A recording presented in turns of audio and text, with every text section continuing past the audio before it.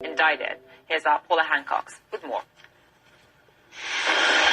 President Park Geun-hye of South Korea is no longer being treated as a witness in the nation's corruption scandal. According to prosecutors this Sunday, they say she will now be investigated as a suspect. If that is the case, then it will be the first sitting president in history that's actually been investigated as a suspect here in South Korea. Now, they say that they have found evidence that President Park did conspire with a former confidant, Chae Sun-sil, and also two former aides in the corruption scandal that is gripping the nation.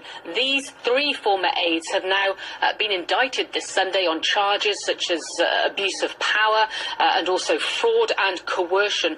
Chae, for example, not a member of the government but a close confidant of President Park Geun-hye's and who had access to classified documents, has been accused of coercion, of trying to get money from some of the big conglomerates in this country, either to go towards her foundation, and they allege that she siphoned some off for personal use as well.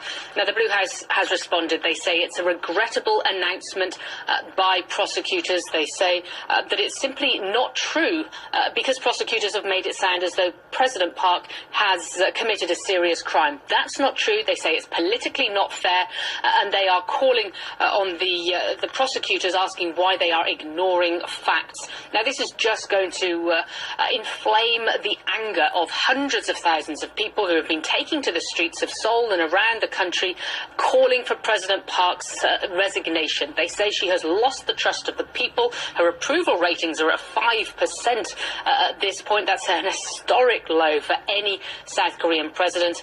And opposition leaders are also starting to call louder for her resignation, saying if she doesn't, then they will start impeachment processes. Zane? That was Paula Hancock there. In the meantime, I want to turn now to the U.S. because President-elect Donald